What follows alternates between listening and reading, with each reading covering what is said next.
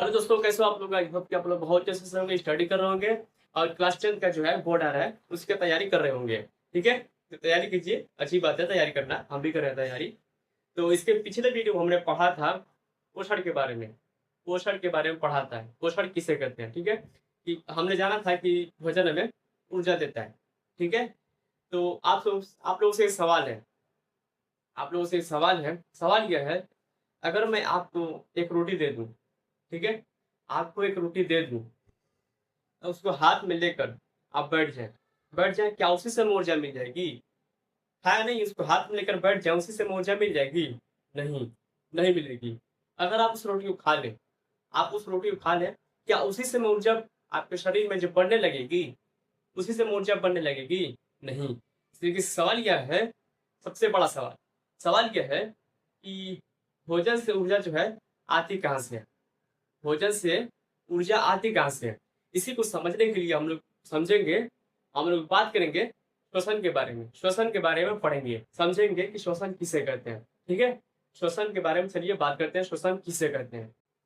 चलिए दोस्तों देखते हैं, श्वसन का परिभाषा हो गया, बस इतना ही है। अगर आप इतना समझ गए तो श्वसन का मतलब भी समझ में आ जाएगा, इतना ही है बस। लेकिन वीडियो लंबा जा रहा है, कोई बात नहीं है कि समझ में आ जाए, एकदम अच्छे से समझाऊंगा। ठीक है, देखिए, भोजन के विघटन से ऊर्जा प्राप्त करने की प्रक्रिया को हम लोग श्वसन करते हैं। भोजन के विघटन, विघटन का मतलब क्या होता है? विघटन का मतलब होता है टूटना।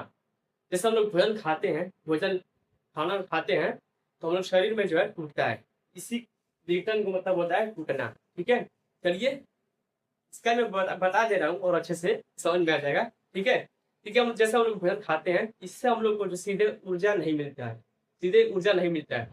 जब हम लोग सांस लेते हैं, सांस लेते हैं, तो ऑक्सीजन हम लोग शरीर के अंदर जाता है। ठीक है, शरीर के अंदर जाता है, तो रक्त रक्त जो है इस ऑक्सीजन को पूरे शरीर में, ब्लड पूरे शरीर में जो है पहुंचाता है। फिर शरीर की जो कोशिकाएं होती है, भोजन और ऑक्सीजन की सहायता से, ध्यान से सुनिएगा, भोजन और ऑक्सीजन की सहायता से जो है ऊर्जा बनाती है। तो इसी प्रक्रिया को हम लोग कहते हैं श्वसन। समझ में आ गया? इसी प्रक्रिया को हम लोग श्वसन कहते हैं। इतना ही था बस। आई होप कि आप लोग को ये वीडियो समझ में आया होगा।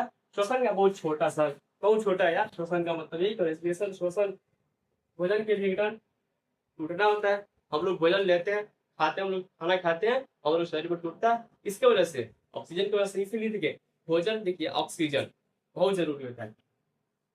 ठीक है, समझ में आ गया? भोजन के विघटन से ऊर्जा प्राप्त करने की प्रक्रिया को हम लोग श्वसन कहते हैं। तो देखिए, ऊर्जा बनने के बाद कार्बन डाइऑक्साइड और जल भी बनते हैं, जल भी बनते हैं। लेकिन देखिए, कार्बन डाइऑक्साइड जो है सांस छोड़ते समय बाहर निकाल देते हैं।